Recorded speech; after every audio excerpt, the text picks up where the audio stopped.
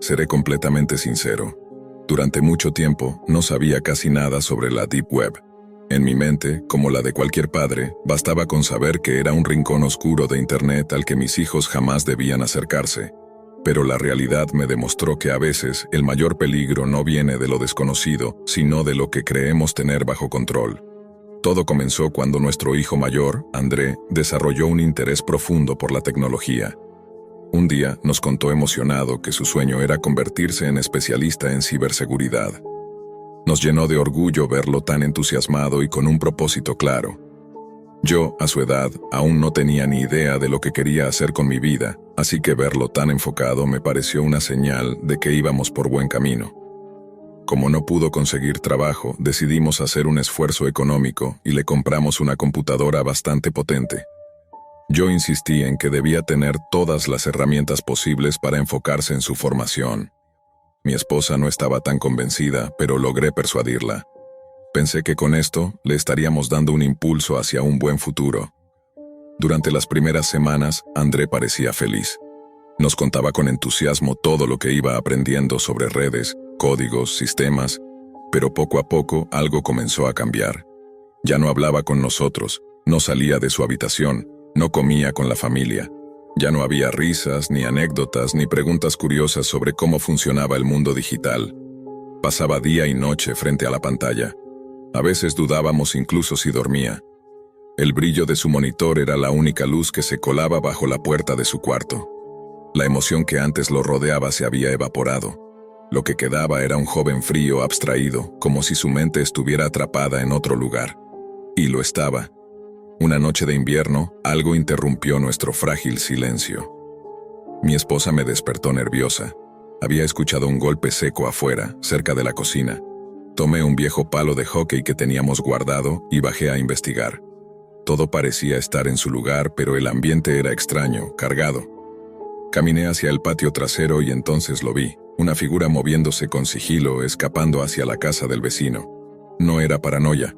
Alguien había estado dentro. Los días siguientes se convirtieron en un infierno.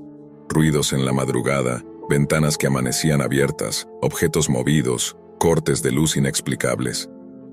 Llamamos a la policía una y otra vez, pero no teníamos pruebas. Nunca se llevaron nada. Nunca nos agredieron directamente. Pero sabíamos que nos vigilaban y que estaban esperando el momento adecuado para hacer algo. La tensión era insoportable. Compré un arma. No quería usarla, pero sentía que si no lo hacía, no tendría cómo defender a mi familia. Mientras tanto, Andrés seguía como si nada pasara, y eso fue lo más inquietante. Su aparente indiferencia. Era como si ya supiera todo lo que iba a ocurrir. Una tarde, aprovechando que estaba en el baño, entré en su habitación. La pantalla de su computadora estaba encendida. Había una red social abierta, pero no una que yo conociera.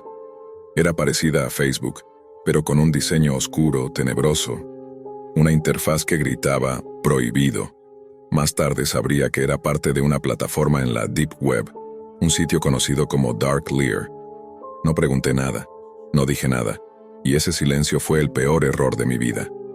Mi esposa se había ido esa noche a casa de sus padres con nuestra hija menor. André, su hermano y yo nos habíamos quedado. Yo tenía que levantarme temprano para ir al trabajo, y el menor debía ir a clases. André, como ya era costumbre, no tenía intención de salir de su habitación. Decía que tenía cosas importantes que hacer, como si estuviera participando en algo que no podía esperar. Apenas amanecía cuando todo se volvió un caos. Escuché los gritos desesperados de André. Corrí hacia su cuarto, y antes de que pudiera preguntar qué ocurría, él gritaba con los ojos desorbitados que alguien había entrado a la casa. Le dijo a su hermano menor que se escondiera y corrió hacia él, alterado, con un miedo en el rostro que no le había visto jamás. «¡Papá! ¡Estaban dentro! ¡Vi a 2 hombres en el pasillo!», chillaba. Intenté calmarlo, aunque yo mismo ya sentía cómo el miedo me recorría el cuerpo. Le pregunté dónde los había visto por última vez. Me dijo que habían ido al garaje. Mi corazón latía con fuerza mientras corría por el pasillo hacia mi habitación, donde había guardado el arma.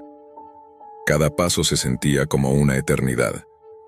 No sabía si estaba a punto de enfrentarme con criminales, drogadictos o quién sabe qué clase de intrusos. Con la pistola en mano, Avancé lentamente hacia el garaje. La casa estaba en silencio, excepto por mi respiración agitada. Abrí la puerta con fuerza, apuntando hacia el interior. Nada. El lugar estaba vacío. Di unos pasos hacia adentro, tenso, buscando con la mirada entre las sombras. Entonces sentí el golpe. Vino desde un costado, con tal fuerza que la pistola se me cayó al suelo. Caí de rodillas y, sin darme tiempo a reaccionar, recibí una segunda embestida. Intenté defenderme, aturdido, pero los golpes seguían cayendo. Pensé que me estaban asaltando, pero al levantar la mirada, vi lo imposible. Era André. Mi propio hijo me estaba atacando. Su rostro no tenía expresión. No era ira lo que lo movía, era algo mucho peor, frialdad absoluta. Me golpeaba con la intención clara de matarme. No decía una palabra, solo respiraba agitadamente mientras descargaba su fuerza sobre mí. Tuve suerte de lograr rodar hacia un lado y empujarlo, lo suficiente como para romper el ciclo de los golpes. Pero cuando intenté levantarme, él ya había tomado el arma. Y entonces lo vi caminar hacia su hermano menor, que había presenciado toda la escena desde el pasillo. Mi hijo pequeño no gritó. Se quedó inmóvil, mirando a André como si no pudiera entender lo que estaba viendo. Era una escena tan surrealista, tan fuera de este mundo, que ni siquiera el instinto de huir parecía activarse en su cuerpo. Fue entonces cuando ocurrió algo que cambió todo. André se congeló. Apuntaba a su hermano con el arma, pero su expresión cambió por completo. Lo que antes era vacío ahora se llenó de pánico puro. Algo, o alguien, acababa de llegar. Desde mi posición, herido en el suelo, vi 3 figuras encapuchadas aparecer por la entrada trasera. 3 hombres con sudaderas oscuras se acercaban rápidamente. No eran ladrones, no eran vecinos, eran algo más. Y vinieron directo hacia André. Él intentó correr, pero lo alcanzaron en segundos. Lo arrojaron al piso, y uno de ellos sacó un arma. Yo, aún confundido, apenas podía entender lo que estaba pasando. Lo único que supe con certeza fue que ellos sabían quién era mi hijo. No fue casualidad, lo venían siguiendo. «Papá, ayúdame, por favor, no dejes que me maten», gritaba André llorando. Era mi hijo, mi niño. Aquel que había criado, al que había enseñado a andar en bicicleta, con quien veía películas los domingos. Y ahora estaba en el suelo, suplicando por su vida, después de haber intentado asesinar a su propia familia. Mi mente se rompía por dentro, no entendía nada. ¿Por qué estos hombres? ¿Quiénes eran? ¿Cómo lo habían encontrado? ¿Qué había hecho André? Uno de ellos, el más alto, me miró fijamente mientras yo apenas podía incorporarme. «No tienes idea de con qué estaba involucrado tu hijo», dijo con voz firme, sin emoción. «Es un niño. Tiene 18 años. No le hagan daño», grité, tratando de ponerme en pie. El hombre hizo una seña. Los otros lo sujetaron con más fuerza, pero no dispararon aún. Él continuó hablando con una tranquilidad que me helaba la sangre. «Tú no sabes lo que publicaba en Darkleer. Esa es una de las plataformas más enfermas de la Deep Web. Y tu hijo no solo miraba, contribuía, tenía seguidores, tenía planes.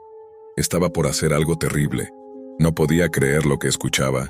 Yo sabía que André había cambiado, que se había encerrado en su mundo digital. Pero jamás imaginé que pudiera haber cruzado una línea tan peligrosa. Intentamos advertirle», continuó el encapuchado. «Varias veces. Le mandamos mensajes, señales, incluso entramos a su red. Pero no escuchó. Él eligió este camino. No te estamos castigando a ti. Estamos deteniendo lo que él iba a hacer». Sentí un nudo en la garganta. La impotencia era total. Y el miedo, aún mayor.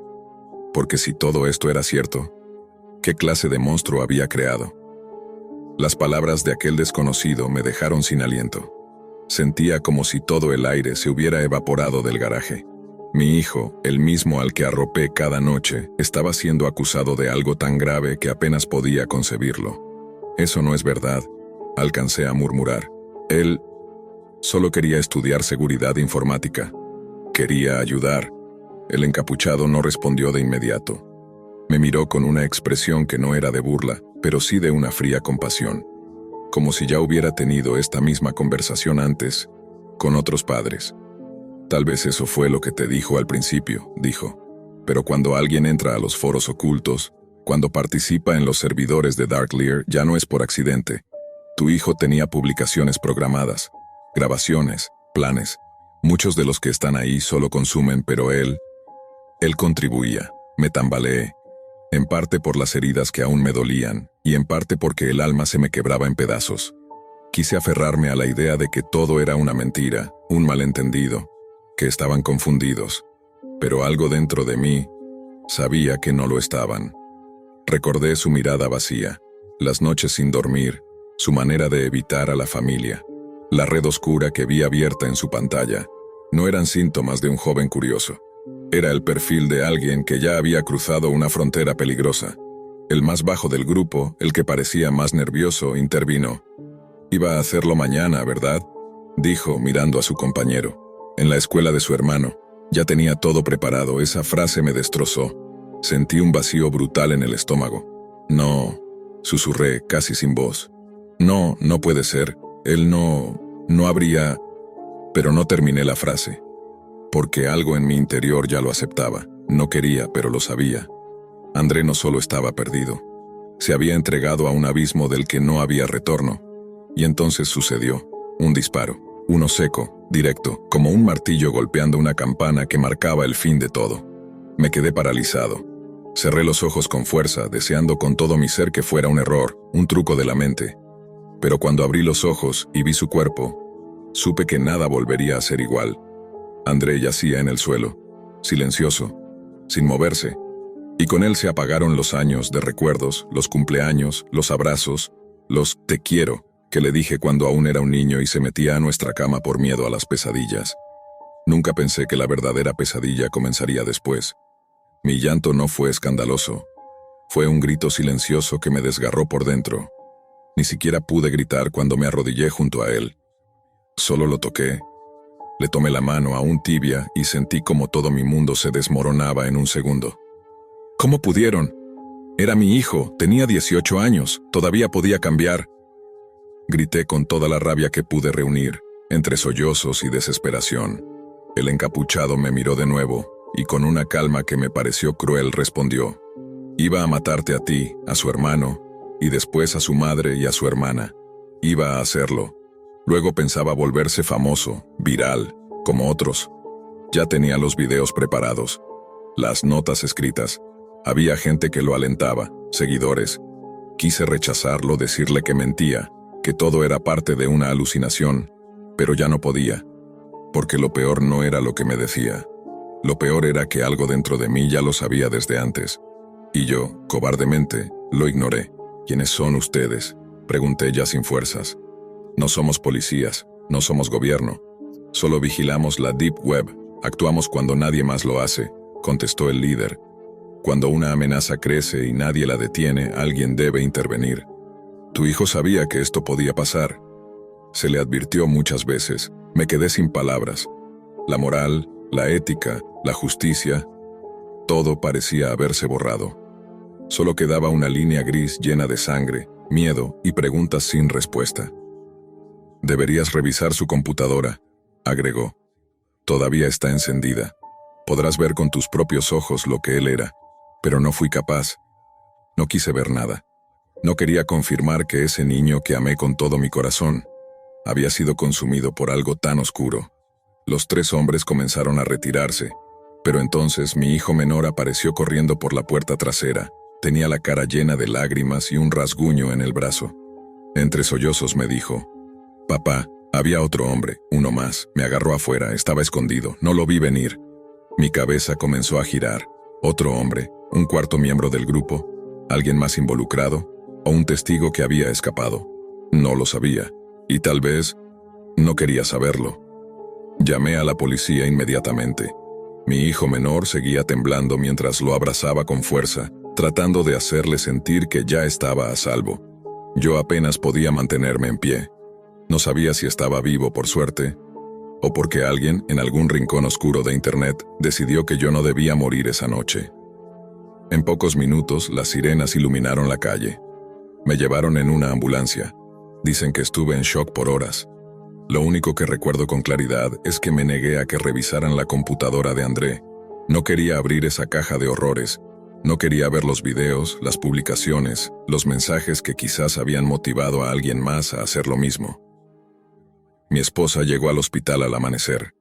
Cuando le conté lo que había pasado, cayó al suelo gritando con un dolor tan profundo que ningún sonido podía explicarlo. Habíamos perdido a nuestro hijo, pero no solo eso. Habíamos perdido la imagen que teníamos de él. Y eso también mata, aunque nadie lo diga. Pasaron los días. Los hombres de sudadera nunca fueron identificados. La policía encontró rastros de actividad en la Deep Web en la computadora de André, pero el caso se cerró pronto. No hubo juicio. No hubo culpables. Solo una familia destruida y un silencio que nos siguió como sombra por años. Mi hijo menor, con el tiempo, logró seguir adelante. Hoy es un joven responsable, amoroso. A veces lo miro y me pregunto cómo habría sido Andrés si hubiera tomado otro camino, si yo hubiera estado más presente, si hubiera entrado a su habitación antes, si le hubiera hecho más preguntas, si no me hubiera conformado con que estaba estudiando. Años después, una noche cualquiera, decidí encender la vieja computadora de André. Tenía miedo, mucho, pero necesitaba saber. Quería entender qué fue lo que lo llevó tan lejos, qué fue lo que no vi, lo que nadie vio. Abrí el navegador. El historial estaba casi limpio, excepto por un nombre que se repetía una y otra vez. Darkleer. Entré usando uno de los accesos directos que él había dejado guardado. No era un sitio común, parecía una red social, sí, pero más siniestra. Foros cerrados, nombres en clave, emojis que parecían códigos, publicaciones que se borraban al cabo de unos minutos. Y en medio de todo eso, ahí estaba él, André. O al menos lo que quedaba de su presencia digital. Tenía decenas de publicaciones, memes oscuros, planes escritos en clave, seguidores que comentaban con entusiasmo cada paso que iba dando. Algunos lo alentaban, otros le sugerían cómo hacerlo mejor. No había insultos ni juicios, solo apoyo incondicional, para el odio, para la violencia, para la destrucción. Cerré la computadora con una rabia que no sabía que tenía acumulada. Lloré por horas. No solo por André, sino por todos los jóvenes que, como él, están cayendo en estos agujeros digitales invisibles. Lugares donde el mal no solo se tolera, se celebra. Desde entonces hablo con padres, doy charlas, escribo, grito si es necesario, no para justificar lo que pasó, sino para evitar que alguien más pase por lo mismo. No todos los monstruos viven bajo la cama, algunos están conectados al Wi-Fi. No sé si lo que hicieron esos hombres esa noche fue justicia o venganza. No sé si salvaron vidas, o simplemente ejecutaron una condena sin juicio. No tengo todas las respuestas. Solo tengo una certeza que me acompaña cada día. Perdí a mi hijo y ya nunca lo voy a recuperar. Y a veces, cuando la casa está en silencio, cuando ya todos duermen y solo se escucha el zumbido de los cables eléctricos afuera, tengo miedo de volver a escuchar ese clic. Ese sonido suave, casi imperceptible, que lo inició todo. Como médico formado en los años 80, debo admitir que mi relación con la tecnología siempre fue distante. Mientras el resto del personal administrativo en la clínica privada donde trabajo realiza todo desde una computadora, yo seguía aferrado al papel, al bolígrafo y a los métodos de siempre. Mis hijos, en cambio, son nativos digitales. Ian tiene 12 años y Samuel ya 14, y ambos dominan todo lo relacionado al Internet con sorprendente facilidad. Incluso mi esposa es capaz de pagar todas las cuentas desde su teléfono. Pero yo siempre me mantuve al margen. Hasta que un día me di cuenta de que ya no podía seguir ignorando el cambio. Fue entonces cuando le pedí a Samuel que me diera clases básicas sobre el uso de la computadora. Sorprendentemente, no fue tan difícil como imaginaba. Aprendí lo fundamental: escribir, organizar archivos, usar algunas aplicaciones. Me sentía orgulloso. Pero había una parte que todavía no dominaba: navegar por Internet y usar redes sociales. Mi hijo me convenció de que tener perfiles en línea no solo me haría más visible, sino que también podría atraer nuevos pacientes a mi consultorio. Así que accedí. En cuestión de días ya tenía cuentas en Instagram, Facebook, Google y LinkedIn. Al principio era divertido reencontrarme con conocidos y compartir algunos logros profesionales. Pero pronto el encanto se desvaneció y esas plataformas pasaron a ser solo una herramienta de trabajo. Un día, mientras exploraba la computadora portátil de mi hijo, él estaba en la escuela y aproveché para usar su equipo, apareció una notificación extraña en el navegador. El mensaje decía algo así como: ¿Quieres tener más pacientes, más visibilidad, más doctor como tú? Curioso y con la ingenuidad de alguien que no conoce los peligros del mundo digital, hice clic. Una alerta del navegador me advirtió que el sitio al que me dirigía no era seguro y que probablemente me adentraría en una sección oscura de Internet. En ese entonces no tenía idea de lo que era la Deep Web, solo sabía que sonaba misteriosa, y que la promesa de atraer más pacientes me pareció tentadora. Al ingresar al enlace se cargó una página con un diseño elegante y sobrio. Me pidió llenar un formulario con mis datos personales y profesionales. No lo dudé. Al poco tiempo recibí un correo electrónico. Era una invitación exclusiva a una reunión para profesionales de la salud, algo parecido a una conferencia, donde me dijeron que podría generar alianzas estratégicas. Había solo una condición: debía asistir solo. Nadie más estaba permitido. Pensé en mi esposa, pero descarté invitarla. Ella suele aburrirse en ese tipo de eventos, así que acepté la invitación. La reunión estaba programada para una noche de viernes, en una residencia lujosa ubicada a las afueras de la ciudad. Me puse mi mejor traje, llevé mis tarjetas de presentación y salí con grandes expectativas. Tenía la impresión de que esta podía ser una oportunidad importante para mi carrera. Al llegar todo parecía como cualquier otro evento de alto perfil. Un lugar elegante, mesas decoradas, música ambiental y un servicio de catering de primer nivel. Al principio pensé que todo había sido una exageración en la invitación. Nada raro. Al menos no todavía. Pero algo comenzó a sentirse fuera de lugar. Había muchas personas con rostros que no reconocía, aunque se comportaban como si todos supieran exactamente a qué habían venido.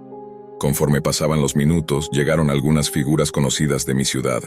Empresarios, médicos, incluso políticos. Me tranquilicé al ver rostros familiares. Me sentía afortunado de haber sido invitado. Pero entonces ocurrió lo inesperado. La música se detuvo de golpe. Las luces bajaron. Todos los asistentes se hicieron a un lado, despejando el centro del salón como si estuvieran esperando algo. Y entonces entraron. Una procesión de entre 15 y 20 figuras encapuchadas, con túnicas negras y sombreros largos, avanzó lentamente hacia el centro del lugar. Llevaban máscaras horrendas, cada una más grotesca que la otra.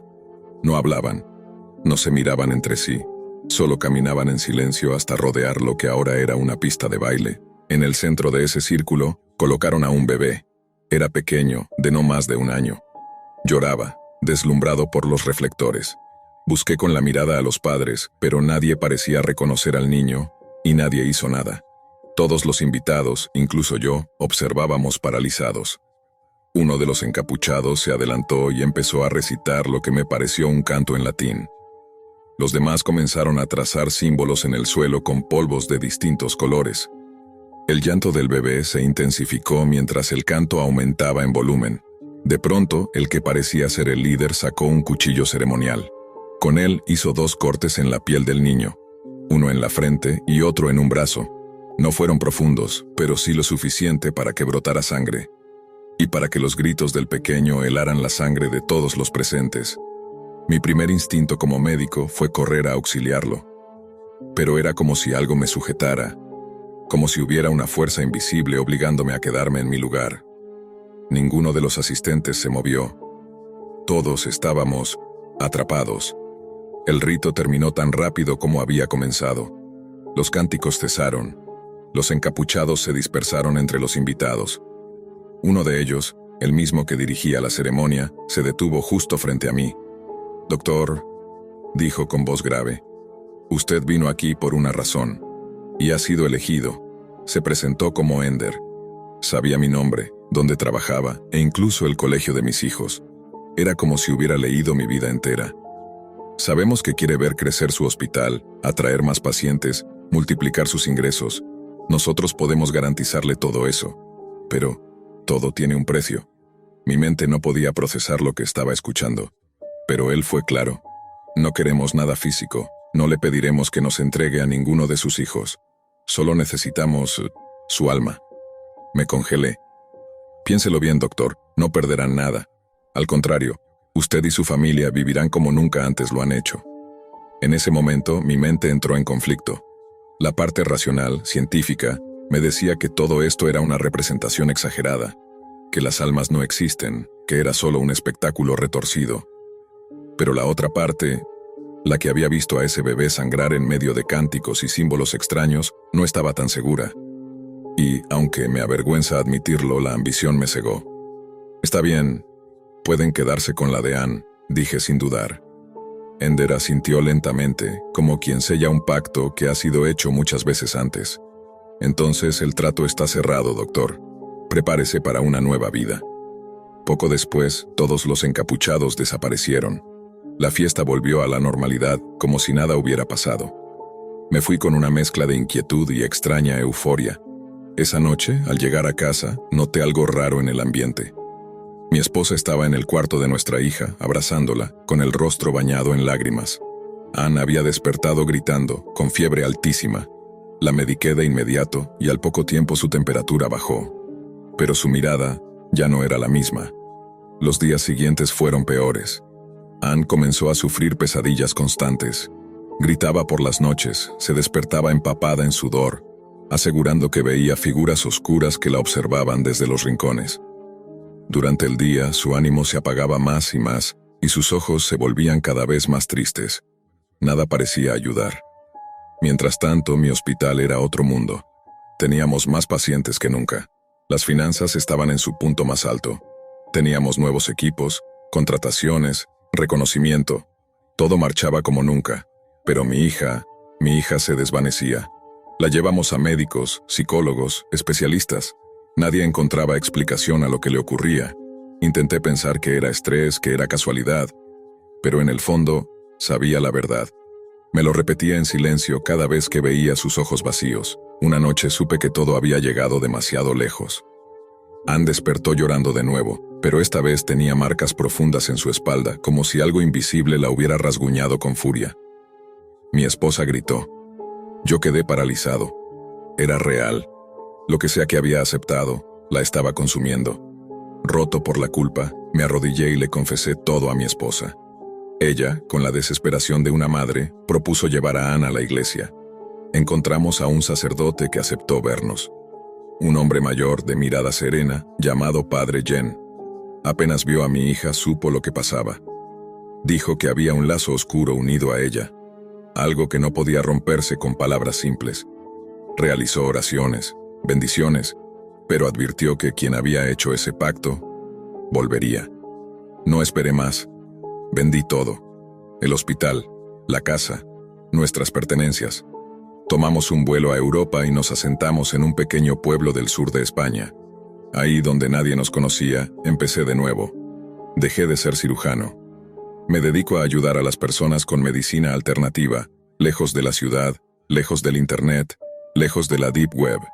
Vivimos sin lujos, sin comodidades, pero también sin sombras acechando en la noche. Todo por salvar a mi hija. Y porque sé en lo más profundo que aquello no ha terminado. Nunca imaginamos que alguien tan cercano pueda ocultar algo tan perturbador.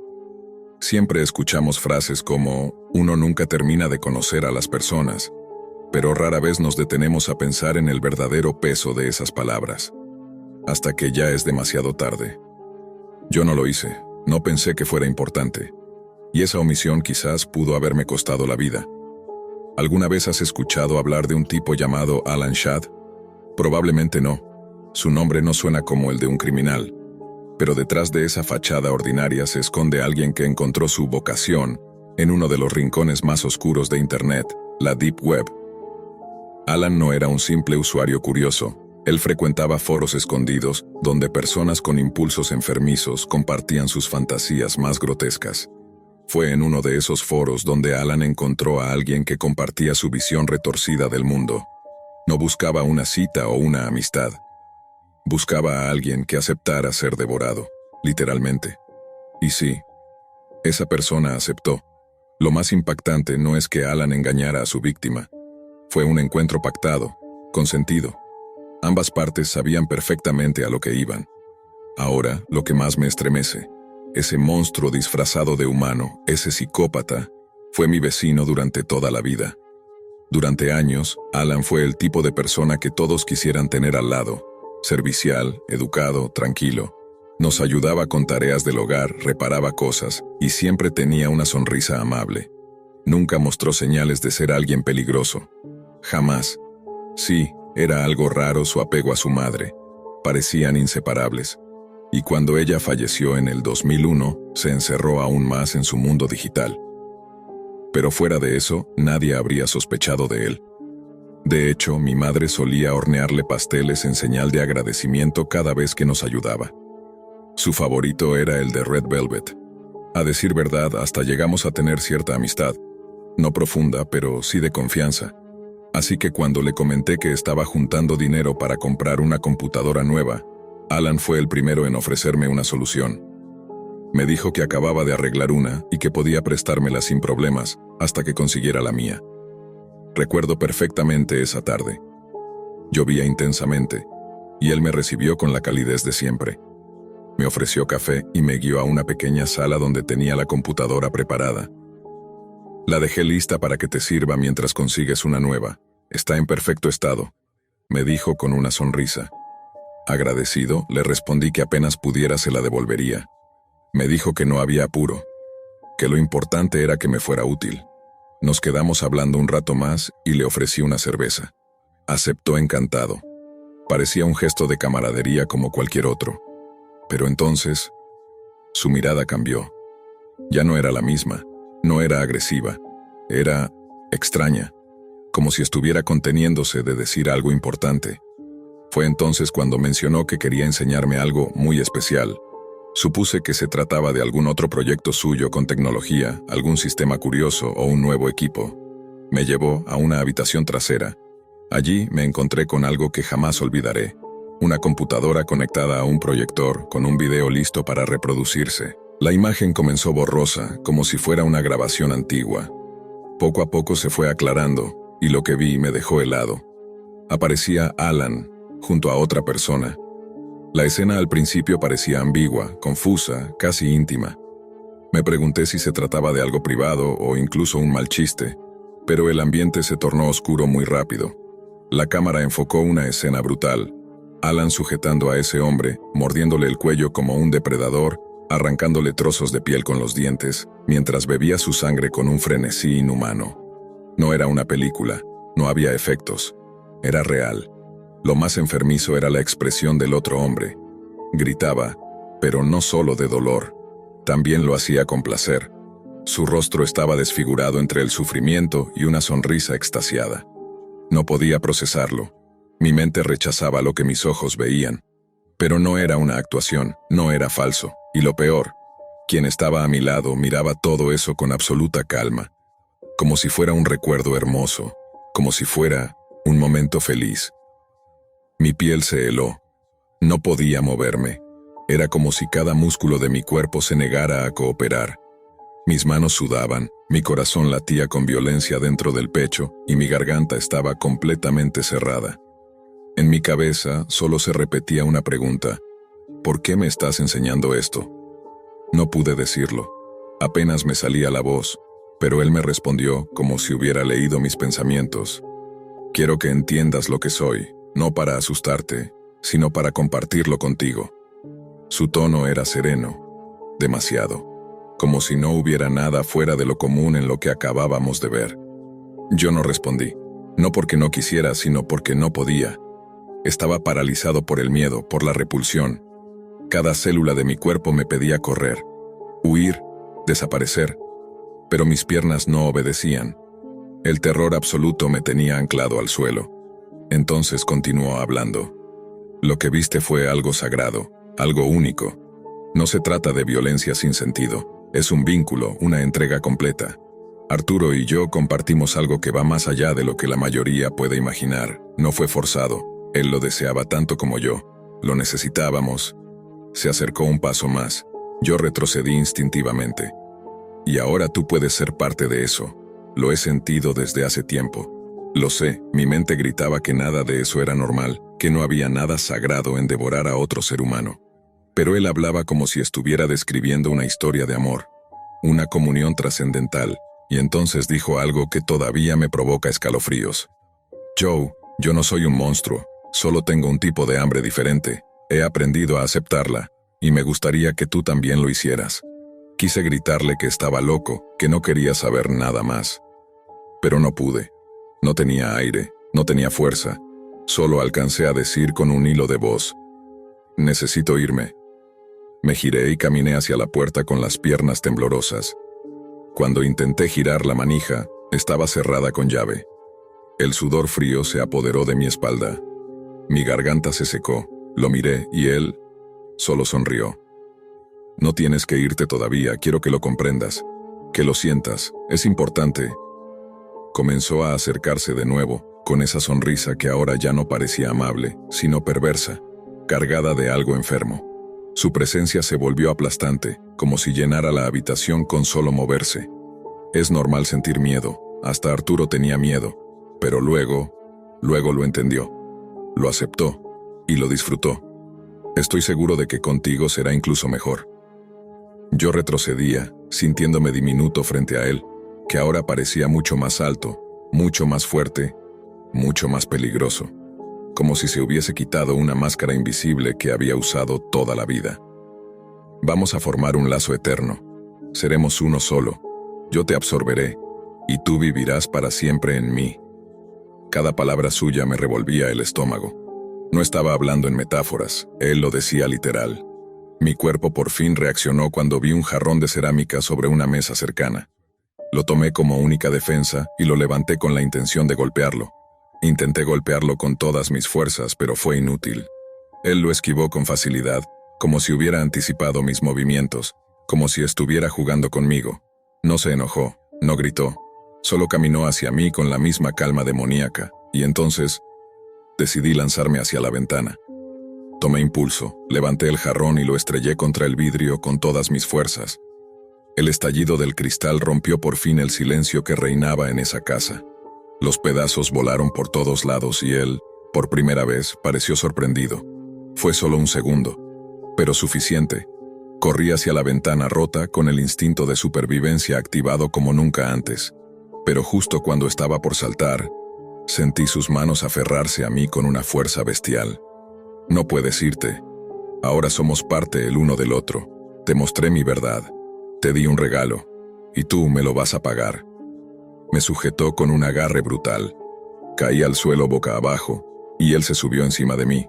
Su voz ya no era serena, era sedienta, era salvaje. Podemos empezar despacio. ¿Qué tal por tus dedos? No duele tanto, te lo prometo, solo déjate llevar. Yo gritaba, pero su mano me tapaba la boca. Forcejeé con todas mis fuerzas.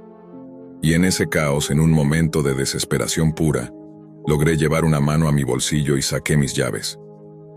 Las clavé en su costado con toda la furia que pude reunir. Cuando sentí que las llaves perforaban su costado, Alan soltó un alarido. No fue un grito de dolor. Fue un gemido de placer enfermizo, como si hubiera disfrutado el momento, como si el sufrimiento fuera combustible para su retorcida emoción. Pero ese instante de distracción me bastó. Su agarre aflojó, y yo me liberé a la fuerza, empujándolo con todo lo que me quedaba. Me arrastré hasta la ventana rota, con el cuerpo sangrando, rasguñado y lleno de cortes, pero no me importaba.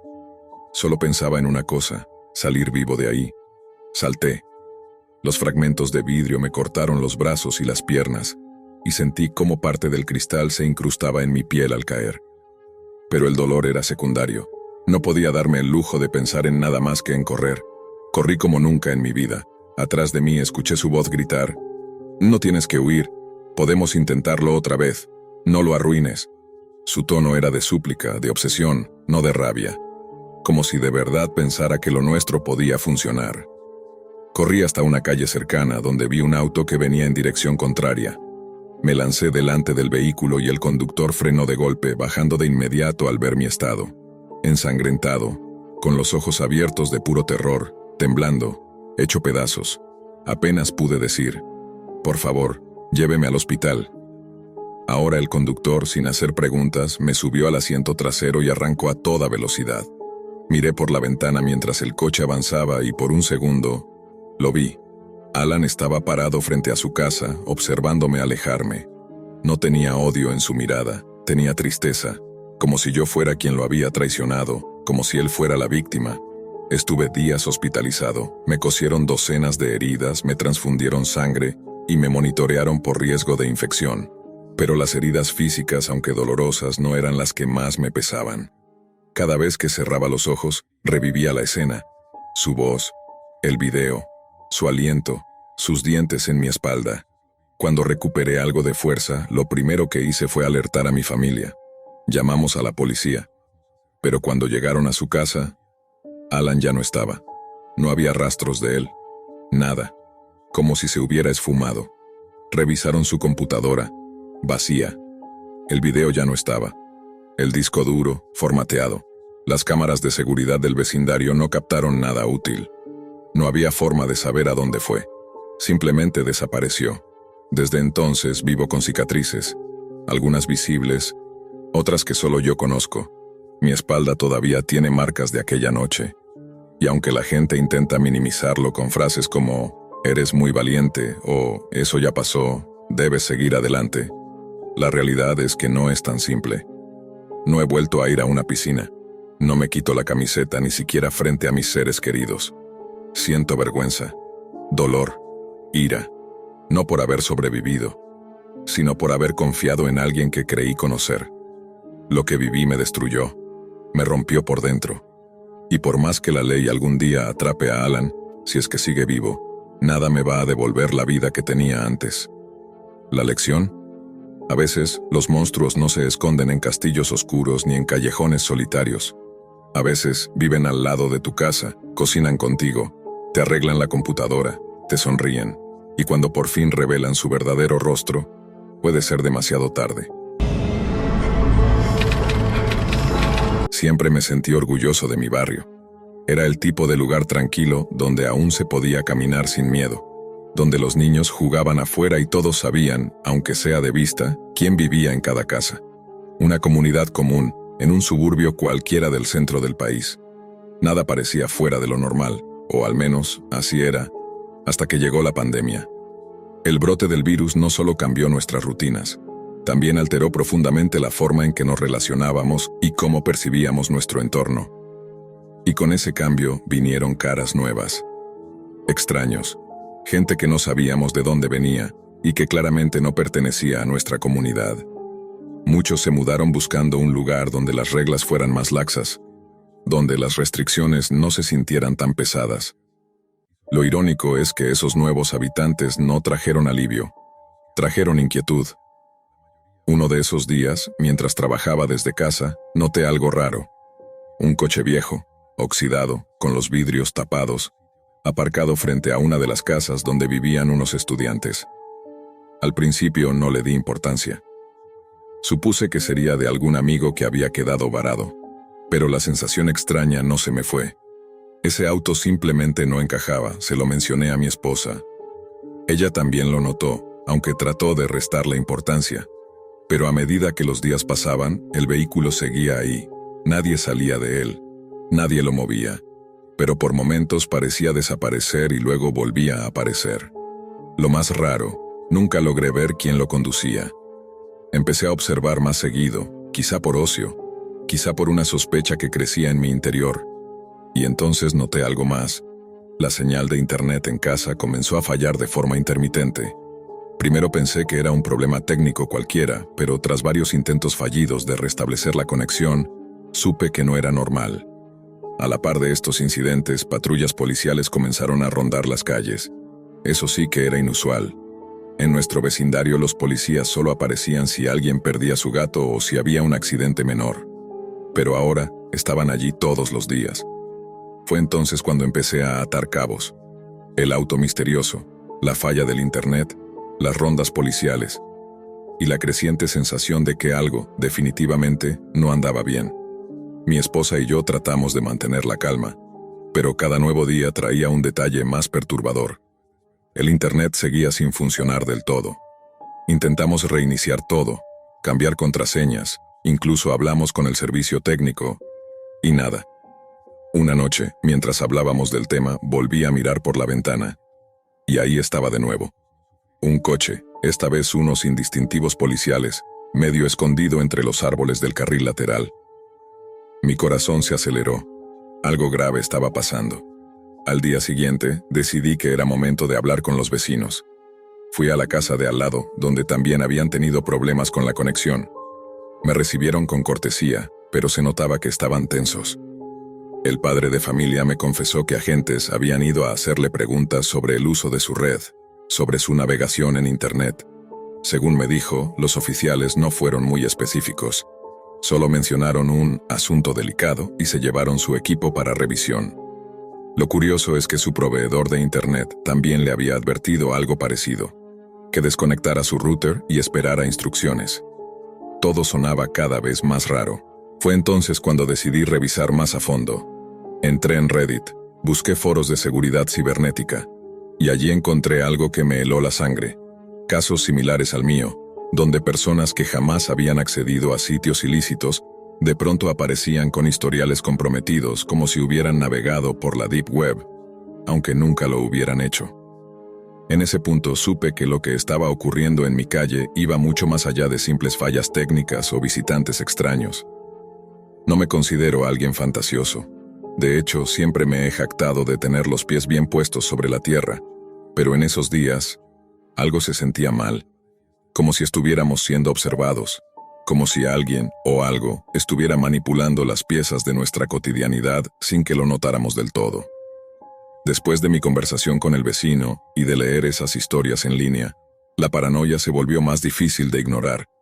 Muchos de esos testimonios mencionaban lo mismo: redes domésticas hackeadas, accesos no autorizados a contenido alojado en servidores ocultos de la Deep Web, movimientos de dinero en cuentas bancarias desconocidas, y la llegada repentina de patrullas a vecindarios tranquilos. Y lo peor es que todo parecía empezar igual, con un auto sospechoso estacionado frente a una casa cualquiera. Esa noche, el insomnio me ganó. Me quedé junto a la ventana, observando. Todo lucía normal a simple vista, pero había un silencio raro, como si el aire mismo estuviera conteniendo la respiración. Cerca de las 3 de la madrugada, vi algo moverse cerca del coche abandonado. Una figura. No distinguí bien su rostro, pero sí noté su andar errático, como si estuviera desorientado o bajo los efectos de algo. Caminó por la acera, se detuvo frente a varias casas, incluyendo la mía, y luego siguió su camino hacia la oscuridad del parque que está al final de la calle. Al día siguiente, mientras trataba de distraerme, el timbre de la casa sonó de forma abrupta. Abrí con cautela, y frente a mí estaba el mismo chico que había visto la noche anterior. Desaliñado, con la ropa sucia, los ojos hundidos y una expresión perturbadora, como si estuviera viendo algo más allá de mí, algo invisible. ¿Por qué lo hiciste?, me preguntó con voz áspera, apenas un murmullo. ¿Disculpa?, respondí sin entender a qué se refería. Me repitió la pregunta, esta vez casi gritando. ¿Por qué lo hiciste? Sus ojos estaban desorbitados. No parecía estar en su sano juicio. Estaba sudando y noté que le temblaban las manos. La situación era tan surrealista como aterradora. Dio un paso atrás, me miró con desprecio y sin más, se fue corriendo calle abajo. Cerré la puerta de inmediato. Me temblaban las piernas. Respiré hondo. No entendía nada, pero mi instinto me decía que ese chico estaba directamente conectado con todo lo que nos estaba ocurriendo. Y no solo a nosotros, sino a varios en la cuadra. Mi esposa llegó poco después. Le conté todo. Ella también se puso tensa. Lo hablamos y decidimos hacer lo que debimos haber hecho desde el principio: llamar a las autoridades.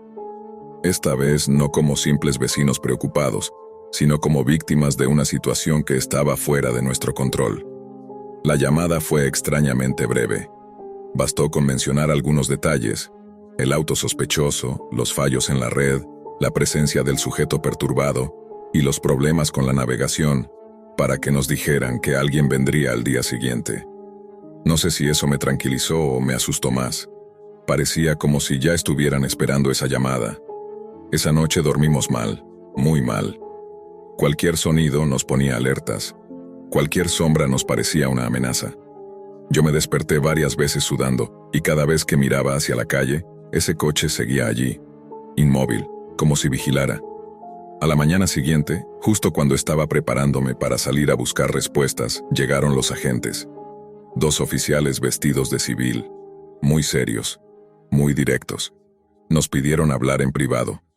Les contamos todo, desde el primer día en que vimos el auto hasta la visita del chico extraño. Ellos intercambiaron miradas. Luego, uno de ellos sacó una carpeta. En ella había una fotografía. Era el mismo sujeto que había tocado a nuestra puerta. ¿Es este el hombre que vino a su casa? Asentí de inmediato. Mi esposa también. Fue entonces cuando, por primera vez, uno de los oficiales bajó la guardia un poco y nos dijo: «Gracias, eso confirma lo que necesitábamos saber. Ya estamos sobre su rastro desde hace semanas». Fue entonces cuando comenzaron a explicarnos que este tipo no era un vagabundo cualquiera. Tenía conocimientos avanzados en redes, informática, sistemas de penetración digital, y había estado interfiriendo con múltiples domicilios, especialmente en vecindarios poco vigilados. No robaba físicamente, pero accedía a las redes Wi-Fi, capturaba datos personales e incluso utilizaba las IPs de las víctimas para entrar a la dark web, navegar por sitios ilegales y cometer actos digitales de los que los verdaderos dueños nunca se enteraban, hasta que era demasiado tarde. Eso explicaba por qué algunas familias inocentes en otras ciudades estaban enfrentando cargos que no comprendían. Actividad ilegal de tipo extremo, contenido perturbador, y todo eso ligado a sus redes domésticas. Mi esposa y yo estábamos helados. El oficial nos pidió que no habláramos con nadie por ahora, que debían intervenir sin alertar al sospechoso, y que nos mantuviéramos atentos a cualquier movimiento nuevo. Después de que los agentes se fueron, mi esposa y yo nos quedamos en silencio un buen rato. Intentábamos asimilar todo lo que nos habían dicho, pero era difícil. ¿Cómo procesas que alguien está usando tu conexión para entrar a la Deep Web y cometer crímenes tan oscuros que ni siquiera puedes hablar de ellos en voz alta? No éramos paranoicos, no estábamos exagerando. Habíamos estado, sin saberlo, en el epicentro de una operación criminal digital mucho más grande de lo que podíamos imaginar. Y el enemigo no era un ladrón común ni un grupo armado, sino un sujeto solo, un tipo con cara de perdido y ropa desgastada, pero con la capacidad de destruir vidas desde el asiento trasero de un coche viejo y oxidado. Lo que más me perturbaba era pensar en todo lo que pudo haber estado viendo a través de nuestra red. Si podía manipular los datos, entrar en nuestras cámaras, leer nuestros correos, clonar nuestros accesos. ¿Qué tanta parte de nuestra intimidad le habíamos entregado sin darnos cuenta? Ese día no salimos de casa. Apagamos todos los dispositivos. Me sentí más seguro lejos del Wi-Fi, de los routers, de cualquier aparato que pudiera estar comprometido.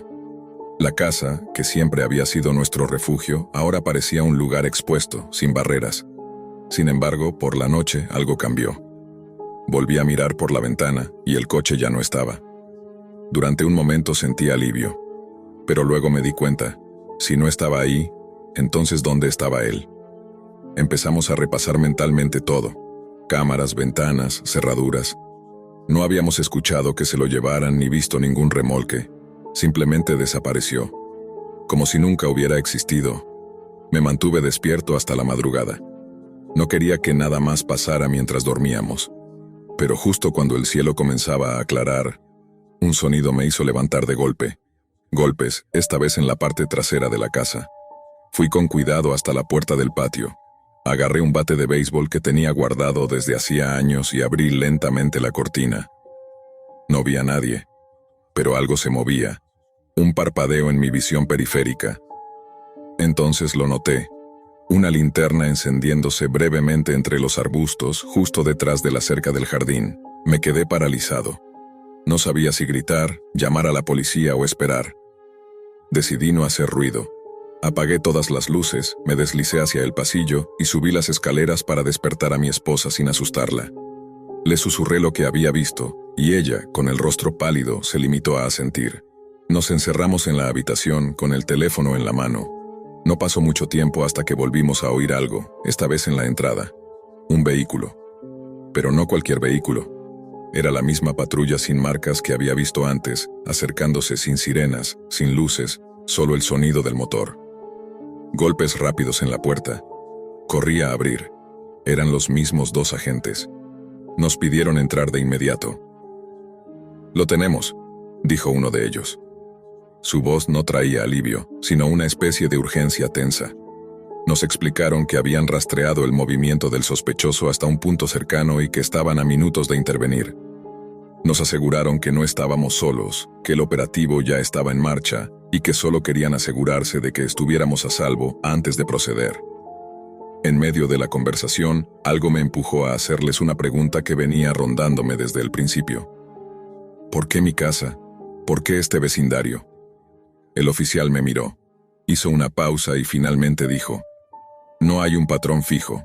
Escoge lugares donde nadie sospecha, donde las personas no cierran sus puertas, donde el internet está encendido las 24 horas, donde se confía en el entorno. Lo que comenzó como una búsqueda de señal, terminó como una red de acceso para su actividad en la Deep Web, y ahora sabemos que no es la primera vez que lo hace. Sus palabras me dejaron helado. No éramos especiales. No había un motivo personal. Solo fuimos el punto perfecto en su mapa. Entonces recibieron una llamada por radio. El tono cambió por completo. Tomaron sus cosas, nos indicaron quedarnos adentro, y salieron rápidamente. Nos quedamos solos otra vez. La casa estaba en silencio, pero ya no había paz. Solo tensión. El tipo seguía libre, al menos hasta ese momento, y cada segundo que pasaba sin saber qué estaba ocurriendo allá afuera era una tortura. Y fue justo en medio de ese silencio cuando una nueva notificación apareció en mi teléfono. Un correo. Un asunto que me hizo quedarme sin aire. Gracias por dejarme entrar. Me quedé mirando la pantalla del celular. El mensaje era corto, demasiado corto. Pero más que el contenido, lo que me paralizó fue el remitente. No tenía nombre, ni dirección de correo visible. Solo un campo vacío, como si no viniera de ninguna parte. El tipo de cosas que no deberían pasar si uno está conectado a una red convencional. Pero en ese momento ya nada parecía convencional. Mi esposa notó mi expresión. Le mostré la pantalla y por primera vez en todos esos días la vi realmente asustada. No preocupada, no nerviosa, asustada de verdad. Como si en ese mensaje se hubiera confirmado todo lo que nos negábamos a aceptar. Ese gracias por dejarme entrar no hablaba solo del Wi-Fi, no hablaba solo de datos, hablaba de nosotros, de nuestra casa, de que alguien había estado más cerca de lo que jamás imaginamos. Llamamos de nuevo a los agentes, pero esta vez no contestaron. Intentamos insistir, pero solo entraba buzón. En ese momento nos invadió una sensación que ya no era sospecha ni ansiedad. Era pánico real. Corrimos a revisar cada habitación, cada ventana, cada cerradura. Afortunadamente todo estaba cerrado, o eso parecía. Pero entonces, desde el fondo de la casa, desde el pequeño sótano que apenas usábamos para guardar cajas viejas, se oyó un golpe seco. Un golpe. Nada más. Nos miramos. Sabíamos que teníamos que bajar. Pero cada paso por la escalera de madera crujiente era una eternidad.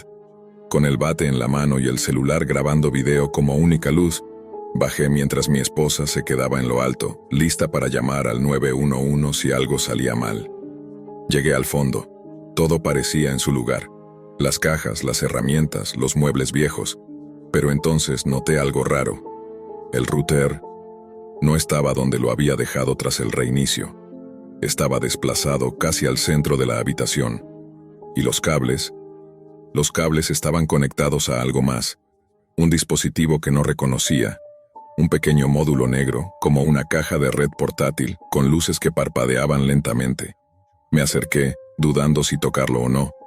En ese momento, una linterna alumbró desde atrás de las cajas. Y entonces lo vi. Era él, el mismo joven de antes, el del auto, el del mensaje. Estaba sentado en el suelo en medio de un nido de cables, con una laptop abierta y una expresión completamente desquiciada en el rostro. Tenía los ojos vidriosos, la piel pálida, y parecía no haber dormido en días. «Es impresionante, ¿verdad?», dijo sin mirarme, con la voz calmada, como si estuviéramos en una charla de café. «Todo esto. Puedo ver tu red. Puedo ver las de tus vecinos, todas abiertas, todas confiadas». Di un paso hacia atrás. «¿Qué estás haciendo aquí? ¿Cómo entraste?» Entrar es fácil cuando la gente vive creyendo que nadie quiere hacerles daño. Hizo un gesto hacia la laptop. «Aquí estoy protegido, aquí soy alguien. Afuera no tengo casa, no tengo familia, pero aquí Tocó el teclado suavemente. Aquí tengo control. Le grité que se detuviera, que se alejara del equipo. Pero él solo sonrió. Ya es tarde, dijo. Ustedes me dejaron entrar desde hace semanas. Fue entonces cuando se escucharon pasos rápidos arriba. La puerta del sótano se abrió con violencia y los oficiales irrumpieron con linternas y armas en alto. Manos arriba, no te muevas. El chico no ofreció resistencia. Solo levantó las manos lentamente y murmuró algo que nunca olvidaré. Ya no importa, todo ya está dentro. Lo esposaron y lo sacaron por la entrada trasera. Los agentes nos explicaron que habían estado rastreando sus movimientos por varios estados. Que el joven, Calvin Kane, su nombre real, había estado utilizando routers domésticos para enmascarar su navegación en la dark web, infiltrando redes y plantando evidencia ilegal en computadoras de gente inocente para cubrir su rastro. Era un genio en informática, pero completamente deteriorado mentalmente por las drogas y el aislamiento. Había estado viendo videos, descargando materiales prohibidos y haciendo transacciones ilegales desde redes ajenas, y dejando que otros cargaran con las consecuencias. Nos dijeron que era parte de una investigación federal más grande y que finalmente habían conseguido la prueba que necesitaban gracias a nuestra denuncia. Su coche, que fue remolcado al día siguiente, parecía un laboratorio de locura. Generadores improvisados, baterías de litio conectadas a sistemas de encriptación, ventiladores caseros para evitar el sobrecalentamiento. Todo alimentado por lo que robaba digitalmente en cada lugar que visitaba. Desde aquel día, nada volvió a ser igual. El vecindario volvió a estar en calma, pero ya no sentíamos la misma paz. Cerramos todas las puertas, instalamos nuevas cámaras, cambiamos nuestros hábitos digitales. Aprendimos que la amenaza más peligrosa no siempre entra con violencia, a veces solo necesita una red abierta. Nunca supimos cuánto alcanzó a ver de nosotros, cuánto llegó a recolectar, pero el hecho de que pudiera hacerlo fue suficiente para cambiar por completo la forma en que miramos nuestra propia casa. A veces el enemigo no viene del exterior, viene disfrazado de señal Wi-Fi y se sienta en la calle, en silencio, esperando a que alguien lo deje entrar. Desde que todo ocurrió, he repasado 1000 veces cada detalle. La calle, el coche, el rostro de ese chico, las luces parpadeando en la laptop como si fueran faros guiando a un abismo invisible. A veces me pregunto si de verdad fue real, o si todo fue una pesadilla alimentada por el encierro, la ansiedad y el caos de la pandemia, pero fue real. El mundo cambió cuando dejamos entrar la tecnología en cada rincón de nuestra vida, cuando dimos por sentado que todo lo digital era seguro mientras no saliéramos de casa. Pero la verdad es que ya no se necesita una llave para invadir un hogar, solo hace falta una señal, un descuido, una contraseña débil, un momento de distracción. Ese chico, Calvin Kane o como se llame, era el reflejo más oscuro de esta nueva era. Un ser abandonado por el sistema, empujado a los márgenes que decidió dejar de ser invisible en el mundo real para convertirse en un fantasma dentro del virtual. Usó el conocimiento como arma y la red como campo de batalla. Y aunque fue detenido y su historia quedó registrada en un expediente policial, el miedo persiste, porque como él hay muchos más, algunos sin hogar, otros bien vestidos, algunos sin rumbo, otros con planes claros. Pero todos con algo en común, saben más de ti de lo que tú crees saber de ellos. Por eso, desde aquel día, cierro siempre todas las puertas, las físicas y las digitales. Y cada vez que me conecto a una red, no puedo evitar preguntarme, ¿quién más está navegando conmigo? Si esta historia te dejó pensando, déjame un comentario con lo que más te impactó. Y si aún no lo has hecho, suscríbete al canal, activa la campanita y comparte este video con alguien a quien le podría abrir los ojos. Porque el terror más profundo no siempre viene de lo paranormal, a veces se esconde en una simple señal Wi-Fi. Nos vemos en el próximo video, si es que nadie más está viendo por ti antes.